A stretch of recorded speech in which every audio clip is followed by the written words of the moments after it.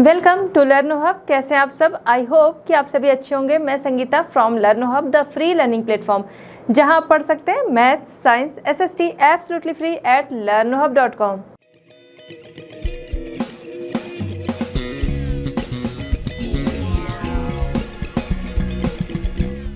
बच्चों, आज हम डिस्कस करेंगे आईसीएसई क्लास 6। टॉपिक हमारा है मेजर वाटर बॉडीज।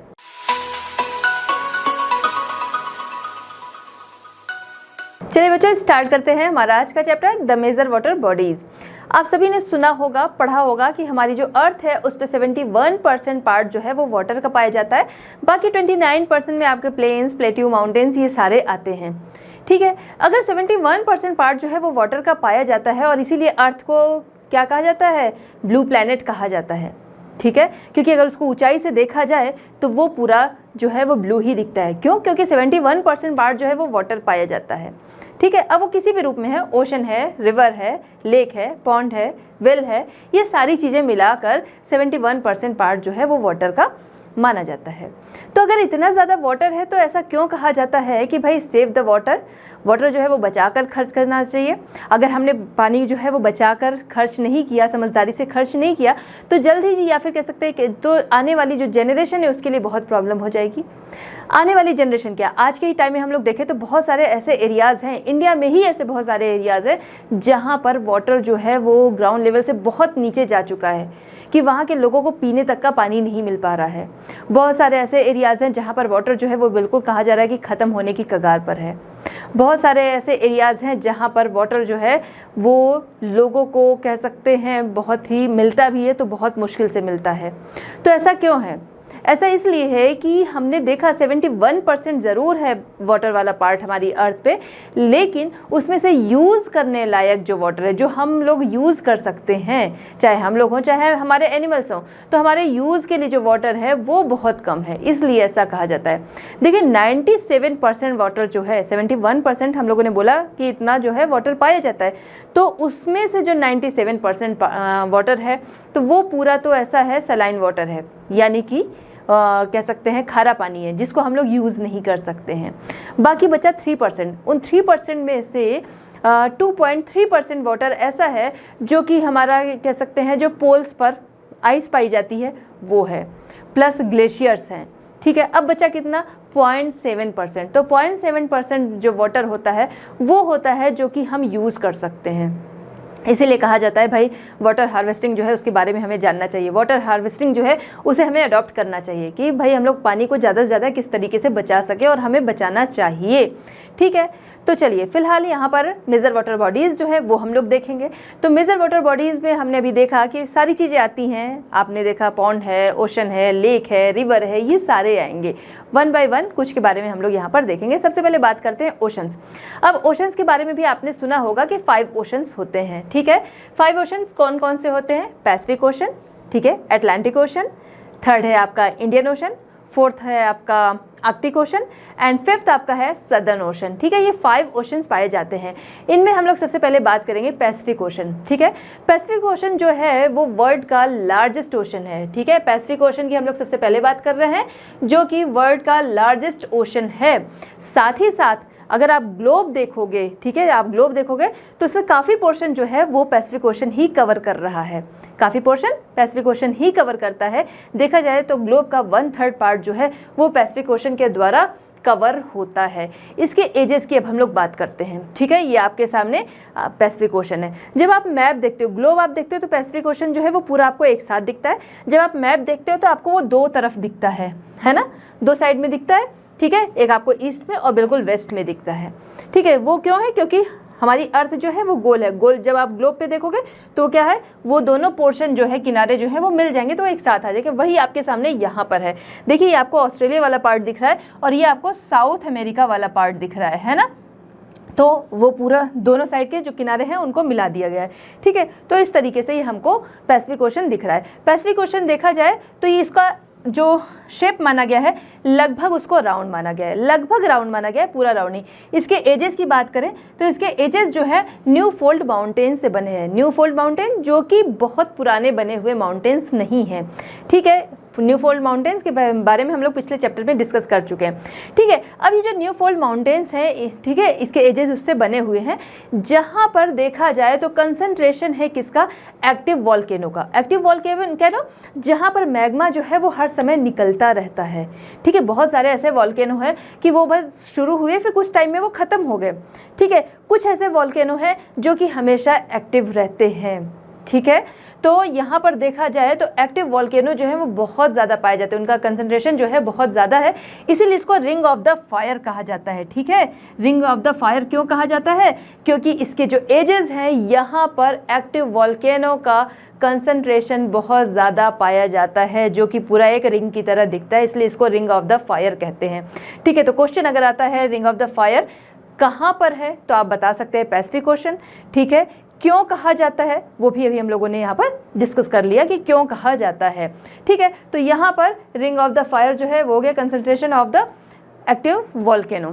ठीक है, अच्छा, इसके अलावा देखा जाए तो यहाँ पर आपको मेरियाना ट्रेंच दिख रहा है। ठीक है, अब ये मेरियाना ट्रेंच की अगर हम लोग बात करें तो ये क्या है। ठीक है, मेरियाना ट्रेंच जो है देखा जाए जो हमारी अर्थ क्रस्ट है उसका डीपेस्ट पार्ट है, जो हमारी अर्थ क्रस्ट यानी कि अगर हम देखें हमारा सरफेस जो है। ठीक है, अब कहीं पे क्या है आपको सरफेस जो है इस तरीके से दिख रहा है, कहीं पर बहुत ज़्यादा गड्ढा है। ठीक है, तो उसमें देखा जाए तो अर्थ क्रस्ट का ये डीपेस्ट पार्ट जो है उसको कहा जाता है मेरियाना ट्रेंच। अगर इसके कितना ये डीप है इसको हम लोग इससे समझ सकते हैं कि हमारी जो सबसे ऊंची चोटी है, ठीक है, सबसे ऊंची चोटी कौन सी है, माउंट एवरेस्ट। कितनी, 8,848। ठीक है, 8,848 मीटर। ठीक है, 8,848 मीटर है। ठीक है, अब जो हमारी हम लोग बात कर रहे हैं माउंटेन की पीक की। ठीक है, सबसे ऊंची चोटी जो है माउंट एवरेस्ट उसकी हाइट इतनी है, और अगर हम लोग इसकी बात कर रहे हैं ये 10,000 समथिंग है, यानी कि जितना ऊंचा आपको वो दिखेगा माउंट एवरेस्ट उससे ये बहुत ज़्यादा गहरा है नीचे की तरफ। ठीक है, मेरियाना ट्रेंच।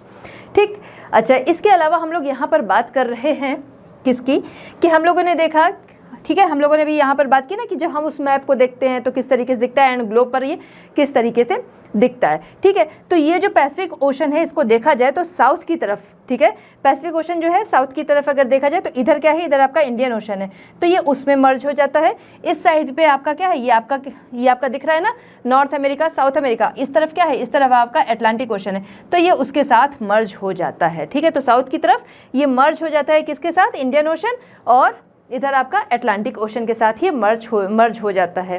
ठीक है, अब ये मेरियाना ट्रेंच की हम लोग बात कर रहे हैं, इसी के आसपास और भी ट्रेंच पाए जाते हैं जैसे कि फिलिपाइन ट्रेंच, इधर जापान ट्रेंच, कुरिल ट्रेंच, और भी बहुत सारे ट्रेंच जो हैं वो लिखे हुए हैं, ये सारे यहाँ पर पाए जाते हैं। अच्छा, यहाँ पर एक और चीज़, जब हम लोग बात कर रहे हैं कि एक्टिव वॉल्केनो, ठीक है, तो हमारे अंदर एक ये भी क्वेश्चन आता है, क्या इंडिया में भी कोई एक्टिव वॉल्केनो है। हाँ, इंडिया में भी एक एक्टिव वॉल्केनो है जो कि 2005 में जिसका एरप्शन हुआ था, कहाँ पर है, अंडमान निकोबार में है, बैरन आइलैंड। ठीक है, तो वहाँ पर जो वॉल्केनो है वो एक्टिव वॉल्केनो है। चलिए बात करते हैं अटलांटिक ओशन। अटलांटिक ओशन, सबसे पहले इसके शेप की बात करेंगे। इसका शेप अगर देखा जाए तो वो एस की तरह है ना, यहाँ दिख रहा है ये एस की तरह ही शेप बना रहा है।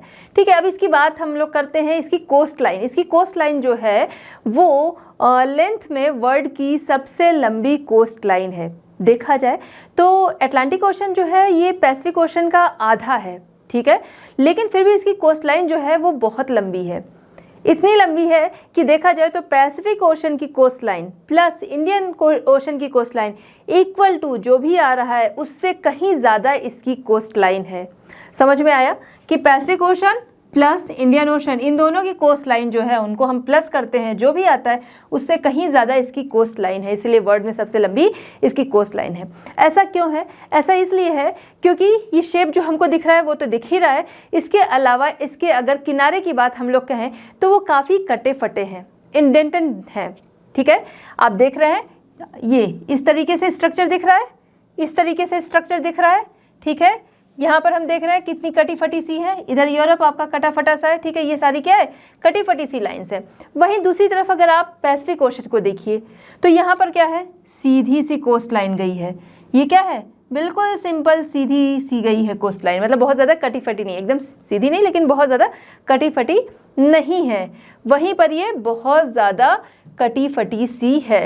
अब देखिए अब क्या है कि हम लोग यही साइज़ जो है, अगर इसी को हम लोग देखें, इसको हमने ऐसे किया, अगर हम इसको नापते हैं और वहीं पर ये जिग जैग सा गया है, ठीक है, उतनी ही दूरी का, तो ये क्या है, ये ऑब्वियस है कि इसकी लेंथ ज़्यादा होगी, इसीलिए इसकी कोस्ट लाइन जो है उसकी लेंथ जो है वो बहुत ही ज़्यादा है। और ये वर्ल्ड का सबसे बिजी, ठीक है, वर्ल्ड का सबसे बिजी ओशन है। क्यों है?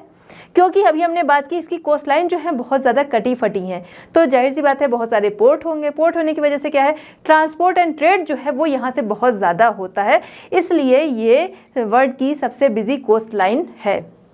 अब इस कोस्ट लाइन का एरिया भी हम लोग समझ लेते हैं। यहाँ पर हम देख रहे हैं तो इधर यूरोप, ठीक है, ईस्ट की तरफ देखें तो यूरोप एंड अफ्रीका है, और वेस्ट की तरफ, इधर ईस्ट है इधर वेस्ट है ना, वेस्ट की तरफ आए तो आपका नॉर्थ अमेरिका और साउथ अमेरिका है, ठीक है। अच्छा, middle of the Atlantic ocean, इसकी हम लोग बात करें तो इसके मिडिल में अगर हम लोग देखें तो बहुत सारे कह सकते हैं पीक्स या फिर रिजेस जो हैं वो पाई जाती हैं, जो कि आइलैंड का निर्माण करती हैं, ठीक है। ऐसे आइलैंड जो कि जैसे कि हम लोग बात करें आइसलैंड, जो कि नेचर में वॉल्केनिक है, यानी कि वहाँ पर वॉल्केनिक इरप्शन जो है वो होता है, ठीक है। अच्छा, इसके बाद एक वर्ड यहीं पे मिलता है मिड अटलांटिक रिज, ठीक है, ये क्या है, मिड अटलांटिक रिज, ठीक है। तो इसके अंदर ये जो ओशन है इसके अंदर माउंटेन रेंज पाई जाती है, जिसको कि कहा जाता है मिड अटलांटिक रिज, ठीक है। तो मिड अटलांटिक रिज किसे कहते हैं, ठीक है। तो इस ओशन के अंदर माउंटेन रेंज पाई जाती है जिसको कि मिड अटलांटिक रिज कहा जाता है। एक तो देखिए माउंटेन रेंज जो है वो आपको अर्थ सरफेस पे दिखती है, माउंटेन्स जो हैं वो क्या है, वो बने हुए हैं और आप इसको कह रहे हैं माउंटेन रेंज है, ठीक है। यहाँ पर क्या है, इस ओशन के अंदर जो माउंटेन है, ठीक है, तो उसको कहा जाता है माउंटेन रिज, ठीक है, ठीक। अब या फिर कह लीजिए कुछ ऐसे हैं, कुछ आपको इस तरीके से दिखेंगे कि कुछ पोर्शन जो है वो इसमें है, ठीक है, तो इसको कहेंगे हम लोग माउंटेन रिज, जो कि इसमें पाए जाते हैं। चलिए बात करते हैं इंडियन ओशन। इंडियन ओशन अगर देखा जाए तो ये एक ट्रायंगुलर जैसा शेप बनाता है। देखिए नीचे क्या है, नीचे आपका सदर्न ओशन है, ठीक है, तो ये एक ट्रायंगुलर जैसा शेप जो है वो बनाता है। इसके नॉर्थ में देखा जाए तो अरेबियन सी और बे ऑफ बंगाल जो है इसके इम्पॉर्टेंट पार्ट हैं। इसके अलावा टोटल ओशन का जो एरिया है, मतलब जितने भी ओशन है उसका टोटल एरिया जो है उसका 5th पोर्शन जो है वो ये कवर करता है, यानी कि इंडियन ओशन कवर करता है। इसके हेड पर हम लोग देखा जाए, ठीक है, 5th पोर्शन जो है वो कवर किया जाता है किसके द्वारा, इंडियन ओशन के द्वारा। इसके हेड पर देखा जाए तो इंडिया स्थित है, ठीक है। क्वेश्चन इस तरीके से भी बनता है, भाई इंडियन ओशन का ताज किसे कहा गया है, तो इंडियन ओशन का ताज कहा गया है इंडिया को, क्यों कहा गया है, ठीक है। या फिर क्वेश्चन ये उठता है कि भाई इसका नाम जो है वो इंडियन ओशन क्यों रखा गया, या ऐसे ओशन का नाम बताइए जो किसी कंट्री के नाम पर रखा गया है, ठीक है। तो यही है कि भाई इसका क्राउन जो है वो किसको कहा जाता है, इसका क्राउन कहा जाता है इंडिया को। इसका नाम इंडियन ओशन क्यों पड़ा, इसका नाम जो है वो इंडिया के नाम पर पड़ा, क्योंकि इंडिया जो है इसके हेड पर लोकेटेड है, उसी नाम पर इसका नाम जो था वो रखा गया, ठीक है। तो इंडिया जो है located at the head. Arabian sea and bay of Bengal जो है इसके इंपॉर्टेंट पार्ट हैं, ठीक है। अब इसकी लोकेशन जो है वो भी हम लोग देख लेते हैं किस तरीके से। तो इसके वेस्ट में हमें क्या दिख रहा है, अफ्रीका दिख रहा है। इसके ईस्ट में क्या दिख रहा है, ऑस्ट्रेलिया दिख रहा है। इसके नॉर्थ में क्या दिख रहा है, एशिया दिख रहा है, ठीक है। तो इसके नॉर्थ में एशिया कॉन्टिनेंट, ईस्ट में ऑस्ट्रेलिया एंड वेस्ट में अफ्रीका कॉन्टिनेंट है। चलिए बात करते हैं आर्टिक ओशन, ठीक है। आर्टिक ओशन को देखा जाए तो नदर्न मोस्ट पार्ट जो है वो क्या है, वो इसमें आता है, नदर्न मोस्ट पार्ट में आर्टिक ओशन जो है वो आता है। अब देखिए अगर हम लोग इस तरीके से देखें, ठीक है। अच्छा, एक चीज़ और, मैक्सिमम पार्ट इसका जो है वो आर्कटिक सर्कल जो है इसमें पड़ता है, ठीक है। आर्कटिक सर्कल अगर आपको यहाँ पे क्या है, कलर से आपको समझ में आ रहा होगा, ये थोड़ा सा ऑफ वाइट सा दिख रहा है ना, कलर जो चेंज है, यहाँ पर वाइट सा है, तो जो वाइट है ये आपका क्या है, आर्टिक ओशन है। मैक्सिमम पार्ट इसका जो है वो कहाँ पर है, वो इसी आर्कटिक सर्कल में पड़ा, और इसी वजह से क्योंकि पोल्स की तरफ ये पड़ा, जिसकी वजह से क्या है, ये वर्ष भर फ्रीज रहता है। मैक्सिमम टाइम ये क्या है, ये फ्रीज ही रहता है पोल्स पर पड़ने की वजह से, ठीक है। इसकी हाँ लोकेशन थोड़ा सा अगर हम लोग देखना चाहें, ठीक है, तो हम लोगों ने भी बात की कि नॉर्थ मोस्ट ओशन ये है, ठीक है, बिल्कुल ऊपर की तरफ ये पड़ता है। इसके अलावा अगर एक हम लोग रफली स्ट्रक्चर जो है वो बना लेते हैं, ठीक है, एक रफली स्ट्रक्चर, कौन सा हमारा कॉन्टिनेंट जो है वो बड़ा हो जा रहा है, कौन सा छोटा हो जा रहा है, इस पे ध्यान मत दीजिएगा, शेप पे ध्यान मत दीजिएगा, बस एक रफली स्ट्रक्चर जो है वो हम लोग यहाँ पर समझ रहे हैं, ठीक है। तो यहाँ पर क्या है, ये आपका नॉर्थ अमेरिका हो गया, साउथ अमेरिका हो गया, ये आपका क्या हो गया, यूरोप हो गया, एशिया हो गया, ये आपका क्या हो गया, ये आपका अफ्रीका हो गया, ठीक है, और ये आपका हो गया ऑस्ट्रेलिया, ठीक, इस तरीके से जो भी स्ट्रक्चर है, ठीक है। तो यहाँ पर ये मैंने इसलिए बनाया है, ये समझने के लिए। देखा जाए तो नॉर्थ अमेरिका का जो नॉर्थ पार्ट है आपका, ये यूरोप का जो नॉर्थ पार्ट है और एशिया का जो नॉर्थ पार्ट है उसके ऊपर ये स्थित है, ठीक है। अब नेक्स्ट हम लोग बात करते हैं किसकी, सदर्न ओशन या अंटार्कटिक ओशन, ठीक है। अंटार्कटिक ओशन इसको क्यों कहते हैं, क्योंकि ये लगा हुआ है किससे, आपका जो अंटार्कटिका जो आपका क्या है कॉन्टिनेंट है, ठीक है, उससे ये लगा हुआ है, इसलिए इसको ये नाम दिया गया है, ठीक है। Formed by Pacific, Atlantic and Indian ocean, ठीक है, इनके मर्ज होने की वजह से ये बना है, ठीक। क्यों, पहले क्या था, फोर ओशन थे, ठीक है। पहले 4 ओशन कौन से, आपका पैसिफिक था, अटलांटिक था, इंडियन था, ठीक है, और ऊपर आपका आर्कटिक ओशन था, ठीक है। बट ये क्या था कि इसके कांटेक्ट में होने की वजह से बहुत ज़्यादा ठंडा था, इसलिए इन तीनों को क्या किया गया, मर्ज करके, ठीक है। आपका Pacific Ocean, Atlantic Ocean, Indian Ocean, इन तीनों को मर्ज करके ये इस ओशन को बनाया गया, ठीक है। तो इसका नाम जो है सदर्न ओशन या अंटार्कटिक ओशन है। चलिए बात करते हैं ओशन जो है वो उनकी क्या इम्पोर्टेंस है, या वो हमारे लिए क्यों बहुत ज़्यादा इम्पोर्टेंट हैं, ठीक है।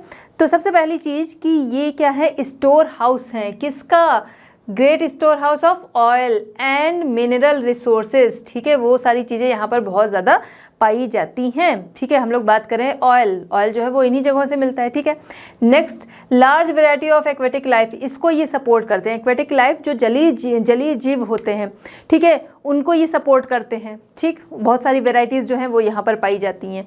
Facilitate international trade, international trade के लिए फैसिलिटी मिलती है, भाई ट्रेड रूट जो होते हैं वो ज़्यादातर क्या होते हैं, इन्हीं ओशन के द्वारा होते हैं, ठीक है, तो ये फैसिलिटी मिलती है। Next, also source of food supply, variety of aquatic life को ये सपोर्ट करता है, उसी को क्या करते हैं लोग जो है फूड के रूप में यूज़ करते हैं, तो also source of food supply, ठीक है, तो उसका भी ये सोर्स है। नेक्स्ट, ये मॉडरेट करता है क्लाइमेट ऑफ कोस्टल एरियाज, कैसे, क्या होता है, जो ओशन होते हैं यहाँ से एवापोरेशन होता है, सन जो है उसकी हीट पड़ती है, एवापोरेशन होता है, फिर जो वाटर वेपर्स होती हैं यही रेनफॉल के रूप में अर्थ सरफेस पर आती हैं, ठीक है। तो इस तरीके से बारिश कराने में ये हेल्प करता है, ट्रेड में ये हेल्प करता है, फूड जो कह सकते हैं सी फूड्स जो मिलते हैं, ठीक है, जो जलीय जीव जिनका कि लोग फूड के रूप में यूज़ करते हैं वो इनसे मिलते हैं, ठीक है। उसके अलावा सबसे बड़ी चीज़ store house of oil and mineral resources हैं ये। चलिए बात करते हैं सीज़ की, ठीक है। सीज़ जो होते हैं ये ओशन का ही एक पार्ट होते हैं, तो जाहिर सी बात है ओशन का पार्ट है तो ये ओशन से छोटे होते हैं, ठीक है, पहली चीज़। दूसरी चीज़ कि यूजुअली ये कहाँ पर पाए जाते हैं, एजेस ऑफ लैंड मास या फिर कॉन्टिनेंट, ठीक है, लैंड मास या कॉन्टिनेंट जो है उनके एजेस पर ये पाए जाते हैं। जैसे अगर हम देखें हमारा जो साउथ वेस्ट है वहाँ पर क्या है, अरेबियन सी है, वो क्या है जो कॉन्टिनेंट हमारा है या फिर कह सकते हैं लैंड मास है, उससे ये क्या है लगा हुआ है। चलिए बात करते हैं गल्फ एंड बे के बारे में। गल्फ क्या होते हैं एंड बेज क्या होते हैं। तो गल्फ की बात हम लोग करें या बे की बात करें, दोनों ही क्या हैं, दोनों ही वाटर बॉडीज़ हैं। गल्फ्स भी वाटर बॉडीज़ हैं एंड बेज जो हैं वो भी वाटर बॉडीज़ हैं, ठीक है। गल्फ जो होते हैं सराउंडेड बाय लैंड मास होते हैं, वहीं दूसरी तरफ अगर बेज को हम देखें, ठीक है, जैसे ये आपका क्या है, ये गल्फ ऑफ क्या है, कच्छ है, ठीक है, गल्फ ऑफ कच्छ, ठीक। दूसरी तरफ हम आते हैं ये क्या है, गल्फ ऑफ कैम्बे, ठीक है, या कह सकते हैं खंभात की खाड़ी, ठीक है। तो gulf of Kutch, gulf of Cambay ये है, ठीक है। अब इनको देखा जाए तो ये क्या है, लार्ज प्रोपोर्शन ऑफ किसका, सी का लार्ज प्रोपोर्शन ऑफ है, लार्ज प्रोपोर्शन ऑफ सी, जिसका कि इनलेट है ये, जिसका ये प्रवेश द्वार है, ठीक है, जो कि काफ़ी नैरो सा है, जिसका ओपनिंग माउथ देखा जाए तो काफ़ी नैरो सा है और वो ओपन होता है किधर, सी की तरफ, ओपनिंग माउथ इन द सी। दूसरी तरफ हम आते हैं किसकी तरफ, बे की तरफ। बे को अगर हम लोग देखते हैं, ठीक है, बे जो है ये भी क्या है, वाटर बॉडी है, जो कि partially surrounded by land mass. यहाँ पर क्या है, सराउंडेड बाई लैंड मास, ये क्या है, partially surrounded by land mass, जिसका माउथ जो होता है काफ़ी ब्रॉड होता है, ओपनिंग इन द ओशन, ठीक है, ओपनिंग इन द ओशन। यहाँ पर क्या है, ये हमने ये चीज़ें समझा, ठीक है। अच्छा, दूसरी चीज़ अगर हम बे को देखते हैं, ठीक है, बे को देखते हैं तो वो क्या है, जगह जगह पर हमको क्या है, कर्व्स दिख रहे हैं, ठीक है, और कटे छटे से हैं, ठीक है, कटे फटे से, ठीक है, ये कर्व भी दिख रहे हैं, साथ ही साथ कटे फटे से दिख रहे हैं इसके कोस्ट लाइन, ठीक है। दूसरी तरफ हम अगर इसको देखें तो क्या ये जो आपके गल्फ हैं ये कटे छटे नहीं होते? बिल्कुल होते हैं। गल्फ जो होते हैं वो बे से ज़्यादा कटे छटे होते हैं, ठीक है। Gulfs are more indented than bays, ठीक है। ये क्या है, कर्विंग इंडेंटेशन, यानी कि कटे छटे हैं, मेड बाय सी और लेक, सी या लेक के द्वारा ये कटे छटे से बने होते हैं, ठीक है। तो ये आपको दोनों में अंतर जो है ये समझ में आ गया। एक चीज़ और, अगर हम बे को देखें, बे का यूज़ ज़्यादातर किसके लिए होता है, इसका जो यूज़ है ज़्यादातर फिशिंग के लिए होता है। दूसरी तरफ ये जो हैं बहुत ज़्यादा इंडेंटेड होते हैं, गल्फ जो होते हैं वो ज़्यादा कटे छटे होते हैं, इसीलिए यहाँ पर हार्बर्स हो गए, पोर्ट हो गए, डॉकयार्ड हो गए, वो ज़्यादा बनाए जाते हैं, जो कि आपके कह सकते हैं जो इंटरनेशनल ट्रांसपोर्ट या ट्रेड उसको बढ़ावा देते हैं। अच्छा, इसके अलावा अगर देखा जाए तो वर्ल्ड की सबसे बड़ी बे अगर पूछा जाए तो कौन सी है, बे ऑफ बंगाल है, ठीक है। और गल्फ़ की बात अगर आती है, वर्ल्ड की सबसे बड़ी गल्फ़ कौन सी है, तो गल्फ़ ऑफ मैक्सिको जो है वो सबसे बड़ी गल्फ़ है। चलिए बात करते हैं स्ट्रेट्स या फिर जलडमरू मध्य, ठीक है। तो स्ट्रेट्स क्या होते हैं, नैरो स्ट्रेच ऑफ वाटर जो कि दो लार्ज वाटर बॉडीज़ को जोड़ने का काम करते हैं, ठीक है। इसको हम लोग यहाँ पर समझते हैं। एग्जाम्पल में हम ले सकते हैं पाक स्ट्रेट या फिर आपका जिब्राल्टर स्ट्रेट, ठीक है। चलिए, नैरो स्ट्रेच ऑफ वाटर जो कि ज्वाइन करते हैं दो लार्ज वाटर बॉडीज़ को, एग्जाम्पल में हम लोग यहाँ पर ले रहे हैं स्ट्रेट ऑफ जिब्राल्टर, ठीक है।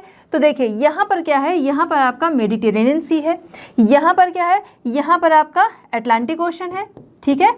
अब यहाँ पर क्या है, यूरोप है, एंड ये है आपका अफ्रीका। ये दो कॉन्टिनेंट है, इनके बीच में आपको नैरो स्ट्रेच ऑफ वाटर दिख रहा है जो कि क्या कर रहा है, मेडिटेरियन सी और अटलांटिक ओशन दोनों को जोड़ने का काम कर रहा है। इसको हम जानते हैं स्ट्रेट ऑफ जिब्राल्टर के नाम से, ठीक है, स्ट्रेट ऑफ जिब्राल्टर के नाम से हम जानते हैं, जो कि इन दोनों लार्ज वाटर बॉडीज़ को जोड़ने का काम करता है। चलिए बात करते हैं लेक्स। लेक्स क्या होती हैं, lakes small water bodies surrounded by land, ठीक है। अभी मान लीजिए ये कोई क्या है, लेक है जो कि सराउंडेड बाय लैंड, चारों तरफ से क्या है, वो लैंड से घिरी हुई है, ठीक है। स्मॉल वाटर बॉडीज़ क्यों कहा हम लोगों ने, देखिए अगर हम लोग कंपेयर करेंगे पॉन्ड से तो उससे तो ये बड़ी रहेगी, लेकिन अभी हम लोग क्या देख रहे थे, हम लोगों ने ओशन देखा, सी देखा, ठीक है, रिवर देखा, ये चीज़ें देखा, तो उससे क्या है, ये छोटी होती है, ठीक है। इसका निर्माण कैसे होता है, फॉर्मेशन कैसे होता है, उसकी बात अगर हम लोग करें तो देखिए रिवर्स जो होती हैं, ठीक है, जब जा रही होती है उनके साथ क्या रहता है, उनमें फ्लो रहता है, ठीक है, तेज़ी से फ्लो होती है, ठीक है। अब क्या होता है, बीच में इसे कोई चट्टान मिल गई। अब वो जो चट्टान इसको मिली वो इस भाई हर किसी का अपना अपना नेचर होता है, ठीक है। ये चट्टान मान लीजिए कैसी है, मेल्टिंग नेचर वाली है, ठीक है। तो ये अपने साथ क्या की, उसको मेल्ट करते हुए और लेते गई, जिसकी वजह से क्या हुआ, यहाँ पर एक बड़ा सा गड्ढा बन गया। अब जो ये गड्ढा बन गया, इसमें क्या है, जब रिवर यहाँ से गई है तो यहाँ पर पानी भी छोड़ते हुए गई, ठीक है, जो ये गड्ढा बना, तो जो ये गड्ढा बन गया ना, यही है, हम लोगों ने अभी कहा ना सराउंडेड बाय लैंड, तो surrounded by land small water bodies, ठीक है। तो इस तरीके से लेक जो होती है उनका निर्माण होता है। अब हम लोग एग्जाम्पल की अगर अब बात करें, इसके एग्जाम्पल में आपकी आती है बैकल लेक, ठीक है। कहाँ पर है, साउथ ईस्ट साइबेरिया, जो कि वर्ल्ड की डीपेस्ट और ओल्डेस्ट लेक है।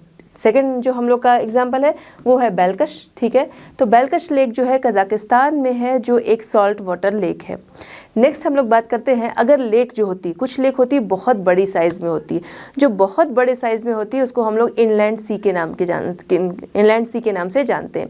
एग्जाम्पल हम लोग देखें, कैस्पियन सी, ठीक है, जो कि हम लोगों ने पिछले चैप्टर में देखा था, ब्लैक सी एंड एरल सी, जो कि क्या है, यूरेशिया में हम लोगों ने देखा था ना कि ये क्या करते हैं, एशिया और यूरोप को अलग करते हैं, ठीक है। तो ये सी जो है, जो कि इन बड़े लार्ज लेक जो होती हैं, ठीक है, उनको हम लोग इनलैंड सी के नाम से जानते हैं, जिनका कि ये एग्जाम्पल है, ठीक है। अब इम्पॉर्टेंस इसका अगर हम लोग देखें कि मेन इसका यूज़ क्या है, या फिर कह सकते हैं कि हम इसको इम्पॉर्टेंट क्यों मानते हैं, तो सबसे पहला सोर्स ऑफ ड्रिंकिंग वाटर होती है लेक, ठीक है, सोर्स ऑफ ड्रिंकिंग वाटर होती है। सेकंड, इसका यूज़ जो है वो एग्रीकल्चर के लिए किया जाता है, ठीक है। इसके अलावा लेक जो हैं उनका यूज़ की अगर हम लोग बात करें तो यहाँ पर लोग लेज़र एक्टिविटीज़ के लिए जाते हैं, यानी छुट्टियों में फिशिंग वगैरह के लिए यहाँ पर जाते हैं और एंजॉय करते हैं। चलिए देखते हैं example of some important lake, ठीक है।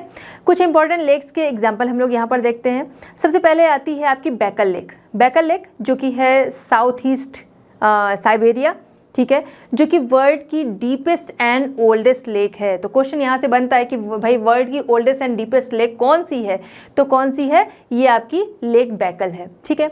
इसके अलावा यहाँ पर हम देखते हैं 5 great lake of USA. Question ऐसे भी बन जाता है भाई यूएसए की 5 ग्रेट लेक बताइए या 3 ग्रेट लेक बताइए, तो उसका भी आंसर आप कर सकते हैं कि भाई मिशिगन हो गई, सुपीरियर हो गई, ह्यूरन हो गई, ओंटारियो हो गई, एरी हो गई, ठीक है। तो ये आपकी क्या हो गई, यूएसए की 5 ग्रेट लेक, ठीक है।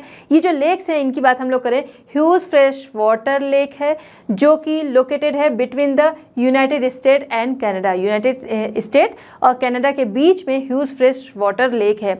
देखा जाए तो ये वर्ल्ड की largest body of fresh water, मतलब यहाँ पर सबसे मीठे पानी वाली जो लेक होती है उसकी largest body of fresh water, मतलब लार्जेस्ट बॉडी है ये वर्ल्ड की, ठीक है।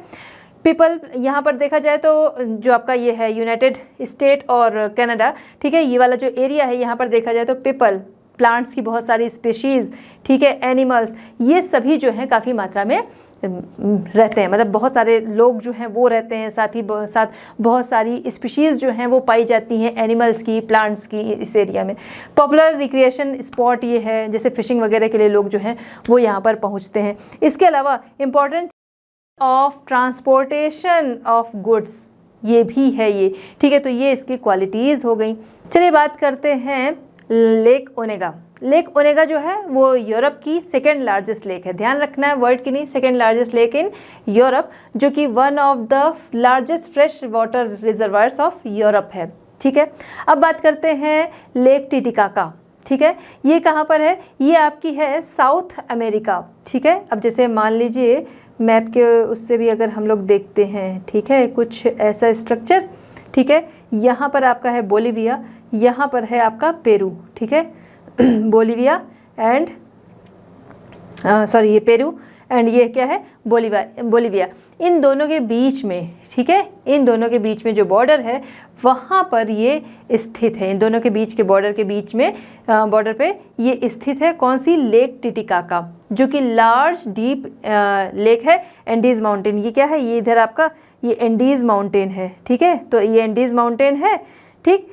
एंडीज़ माउंटेन पे बोलिविया एंड पेरू के जो बॉर्डर हैं इनके बीच में स्थित है कौन सी, लेक टिटिकाका, ठीक है। Largest lake in south America, largest lake in south America, ठीक है। तो यहाँ से भी तो क्वेश्चन बनते रहे हैं कि साउथ अमेरिका की लार्जेस्ट लेक जो है वो बता दीजिए, ठीक है। तो ये जो लाइंस हैं बिल्कुल ध्यान इनमें रखना है कि कहाँ पर क्या है। फिर बात करते हैं लेक विक्टोरिया, ठीक है। लेक विक्टोरिया ये अफ्रीका की लेक है, ठीक है, largest lake in Africa, Africa की लार्जेस्ट लेक है, ठीक है, जो कि रिजर्वायर है किसका, नाइल रिवर का, ठीक है, main reservoir of Nile river, mainly इन कहाँ पर है, तंजानिया एंड युगांडा, ठीक है, जो कि केन्या की सीमा से लगे हुए पर है, जो कि बॉर्डरिंग कहाँ पर है, केन्या से, ठीक। नेक्स्ट हम बात करते हैं चिल्का लेक, ये बिल्कुल ध्यान रखना है, कहाँ पर है ये, उड़ीसा में, उड़ीसा में ये सॉल्ट वाटर लेक है, ठीक है, उड़ीसा की सॉल्ट वाटर लेक है जिसका नाम है चिल्का, या फिर चिल्का लेक कहाँ पर है, उड़ीसा में है, ठीक है।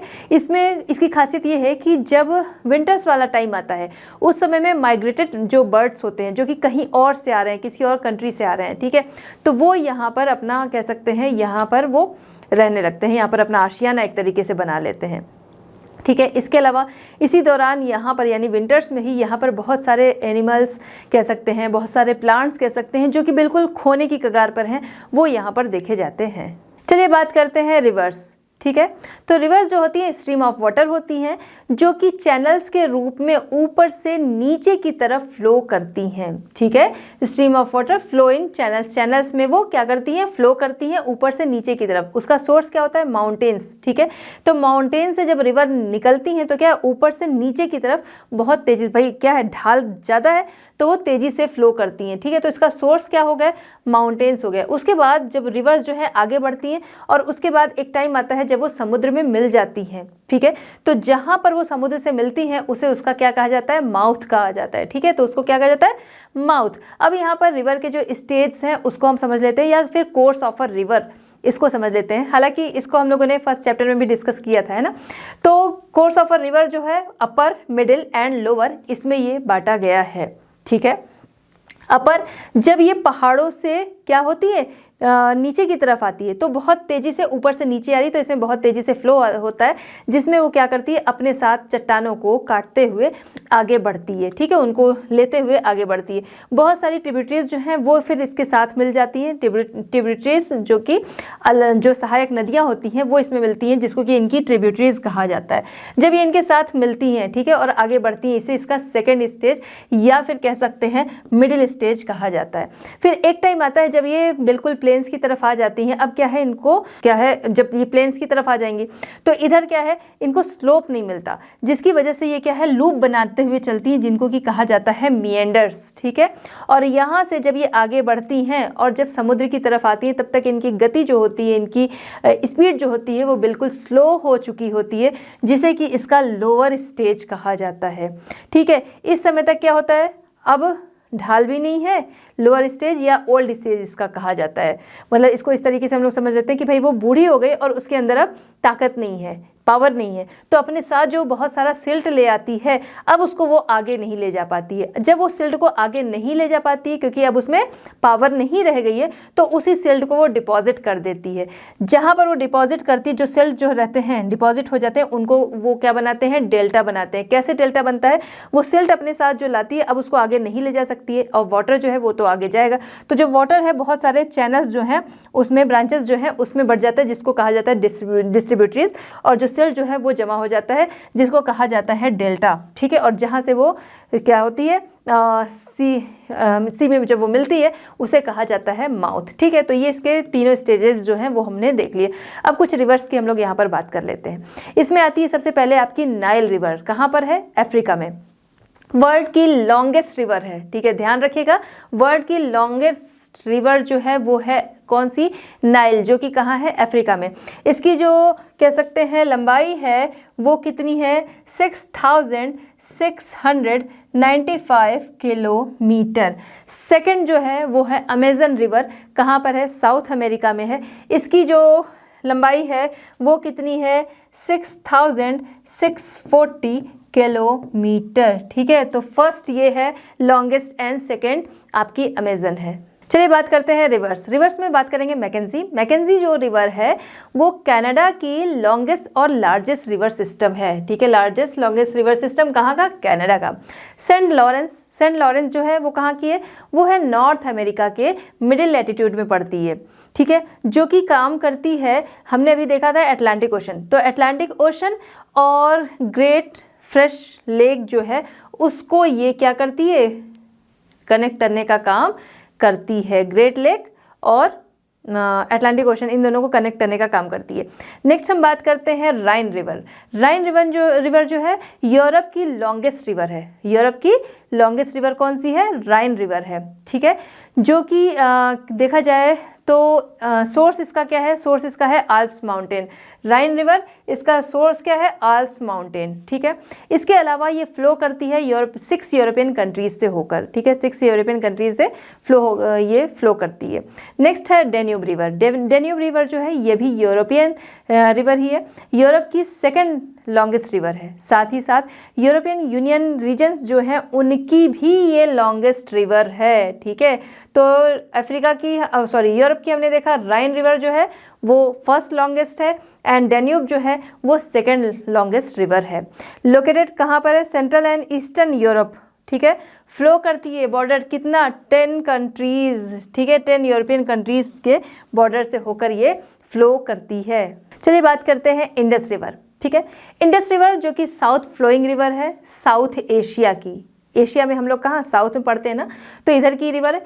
तो ये क्या है, साउथ एशिया की साउथ फ्लोइंग रिवर है। ठीक है, कौन सी, इंडस। इंडस रिवर जो है ये क्या कहा जाता है, इसको कहा जाता है इंडस वैली सिविलाइजेशन का क्रैडल भी, क्योंकि इंडस वैली जो है उसका उद्गम या उसकी शुरुआत जो थी वो कहाँ से हुई थी, वो यहीं से हुई थी, है ना। तो हम लोग इंडस वैली सिविलाइजेशन जो है उसको हम लोगों ने जो हिस्ट्री था उसमें डिस्कस किया है ना। तो उसका ये क्या है, उसका सोर्स है। ठीक है, उसका उद्गम स्थल है। नेक्स्ट हम बात करते हैं गंगा। गंगा जो कि इंडिया की बहुत ही इम्पॉर्टेंट रिवर है और साथ ही साथ यहाँ की ये रिलीजियस रिवर भी है। ठीक है, तो गंगा सोर्स इन हिमालय, इसका हिमालय इसका सोर्स है और ये फ्लो करती है इंडिया से बांग्लादेश, इंडिया और बांग्लादेश। ठीक है, नेक्स्ट है हुआंगे। हुआंगे जिसको कि हम लोग क्या कहते हैं, येलो रिवर के नाम से भी जानते हैं, और येलो सिविलाइजेशन यानी कि चाइनीज सिविलाइजेशन जो है वो यहीं पर उसका वो उद्गम हुआ था, यहीं से वो शुरुआत हुई थी उसकी। ठीक है, river of northern China, east central and eastern Asia. ठीक है, यांगजी की बात करें तो एशिया की लॉन्गेस्ट रिवर है, साथ ही साथ वर्ल्ड की रिवर है। ठीक है, वर्ल्ड की थर्ड लॉन्गेस्ट नहीं, वर्ल्ड की थर्ड लॉन्गेस्ट रिवर है यांगजी। ठीक है, लॉन्गेस्ट कौन सी है, नाइल, अभी हम लोगों ने पहले डिस्कस किया था।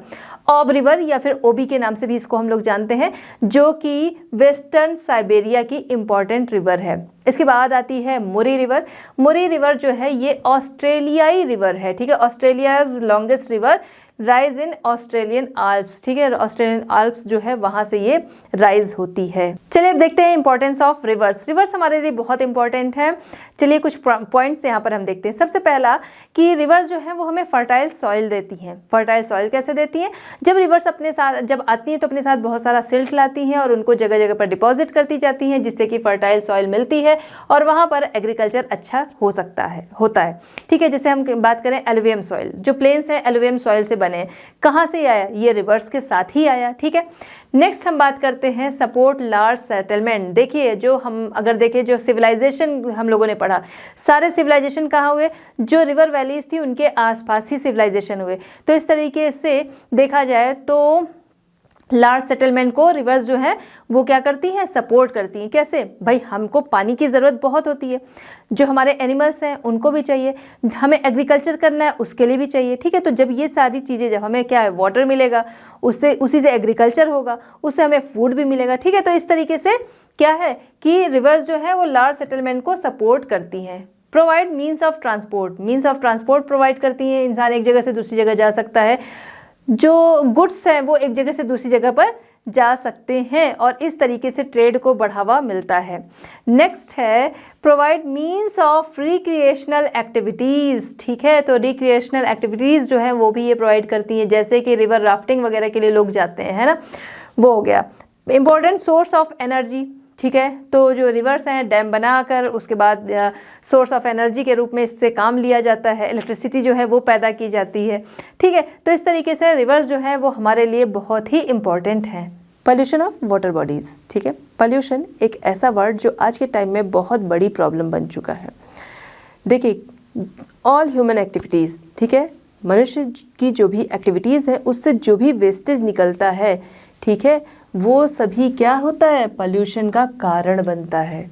ठीक है, हम जितने डेवलप होते जा रहे हैं कि भाई हमारे सामने बहुत तरह तरह की मशीनें आती जा रही, ये हो रहा वो हो रहा, बहुत कुछ हो रहा है, कितनी सारी इंडस्ट्रीज़ लग रही, उतना ही ज़्यादा पॉल्यूशन जो है वो फैलाने के कारण जो है वो बनते जा रहे हैं।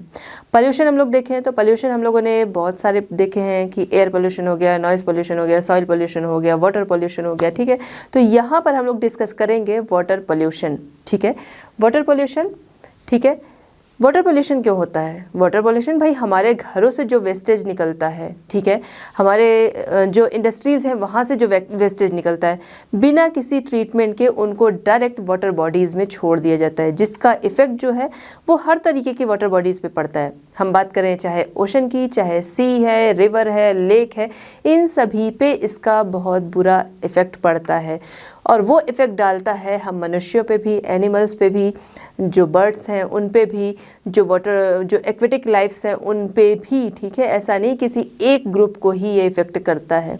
ठीक है। अब बात करते हैं कॉजेज ऑफ वाटर पोल्यूशन। ठीक है, वाटर पोल्यूशन के कारण, तो जैसा अभी हम लोगों ने देखा भाई, घरों से जो वेस्टेज निकलता है, फैक्ट्रीज से जो वेस्टेज निकलता है, उन सभी को रिवर्स में छोड़ दिया जाता है या फिर वाटर बॉडीज़ में छोड़ दिया जाता है, जिसकी वजह से वो वाटर जो है वो पॉल्यूटेड हो जाता है। अब ये हार्मफुल सिर्फ जो एक्वेटिक लाइफ जो है, ठीक है, कि वो वाटर बॉडीज़ में गया, जहाँ पर गया वहाँ पर जो लाइफ रह रही है उसके लिए ही नुकसानदेह नहीं, सभी लिविंग ऑर्गेनिज्म जो है उन सभी के लिए नुकसानदेह है।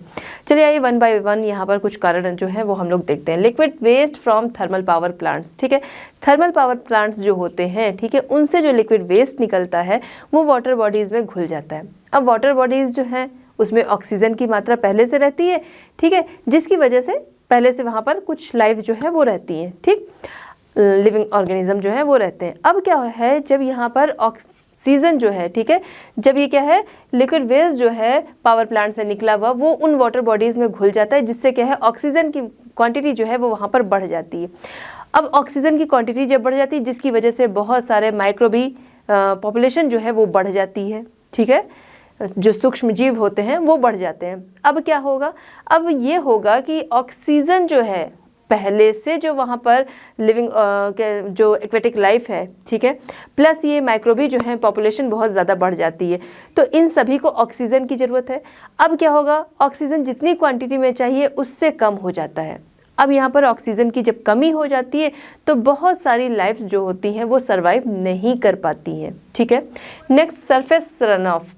सरफेस रन ऑफ क्या है, आप जानते हैं जो एग्रीकल्चर होता है, किया जाता है, उसमें पेस्टिसाइड्स का यूज़ होता है, ठीक है, पेस्टिसाइड्स हो गया, फर्टिलाइजर्स हो गया, इन चीज़ों का यूज़ होता है।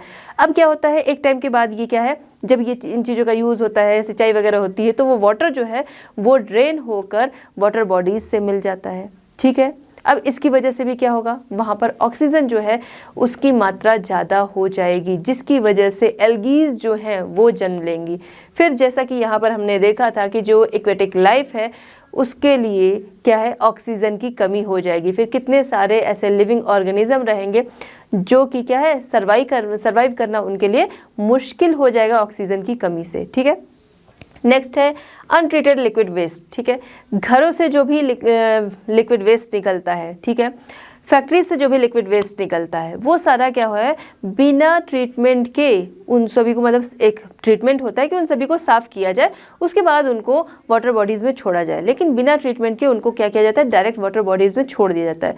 अब जब वहाँ पर इसको छोड़ दिया जाता है तो उसकी वजह से वो वाटर बॉडीज़ जो हैं, ठीक है, वो क्या है, बहुत पोल्यूटेड हो जाती हैं, ठीक है। अब यहीं पर इंडस्ट्रीज़ जो होती हैं वहाँ की अगर हम लोग बात देखें, वहाँ से तो कितने सारे केमिकल्स भी होंगे, वेस्टेज तो रहेगा ही बाकी का, ठीक है। इसके अलावा क्या है, वो पानी जो रहता है वो काफ़ी गर्म होता है जो इंडस्ट्री से निकल रहा है। अब जब वो रिवर से मिलता है तो पॉल्यूशन तो वो जो उसमें वेस्टेज है वो तो उसकी वजह से रहेगा ही, और ये गर्म पानी जो उन वाटर बॉडीज से मिलता है उसको भी नुकसान पहुँचाता है, ठीक है। इसकी वजह से भी कितनी सारी एक्वेटिक लाइफ जो है वो सर्वाइव नहीं कर पाती हैं, या फिर जो लोग इन वाटर का यूज़ करते हैं कि ठीक है, जब ये वाटर जो है अनट्रीटेड लिक्विड वेस्ट जो है वो क्या करता है, रिवर बॉडीज़ से मिल जाता है, वाटर बॉडीज़ से वो मिल जाता है। अब उन वाटर बॉडीज़ का जब यूज़ किया जाता है तो उसकी वजह से बहुत सारी बीमारियां जो हैं, डिजीज़ जो हैं वो होती हैं, जैसे हो गया कॉलरा, हो गया टाइफाइड, हो गया, ठीक है, इस तरीके की जो बीमारियां हैं वो हो जाती हैं।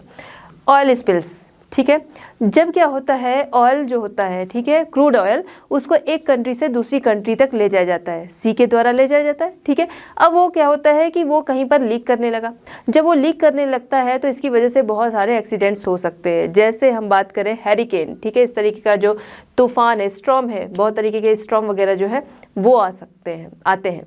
इसके अलावा जो ये वाटर है जो उस वाटर बॉडी में क्या हुआ, घुल गया, ठीक है। अब क्या होगा, उस वाटर बॉडीज में वो मिल गया, अब वो क्या होगा, जो एक्वेटिक लाइफ है उसके लिए वो नुकसानदेह होगा, ठीक है। इसके अलावा जो हमारी बर्ड्स होती हैं वो क्या गई, वो वहाँ गई, अगर उन्होंने पानी पिया तो उनको नुकसान किया, या फिर वो केवल वहाँ बैठी हैं लेकिन उनकी विंग्स पर वो वाटर लग जाता है। ऑयल वाला जिसकी वजह से उनके विंग्स जो हैं अब वो साफ़ करेंगी, अपनी जो बीक है उसी से साफ़ करेंगी, ठीक है। तो उसकी वजह से वो वाटर जो है उनके अंदर जाता है और इस तरीके से कितने सारे लोगों की डेथ हो जाती है, कितनी सारी बर्ड्स हो गई, एक्वेटिक लाइफ हो गई, उनकी डेथ हो जाती है। तो इस तरीके से वाटर पोल्यूशन जो है वो हमारे लिए बहुत बड़ी प्रॉब्लम है। तो बच्चों, इस तरह हमारा ये चैप्टर कंप्लीट होता है। मिलते हैं next chapter at learn hub. Learn hub free है पर बेस्ट है।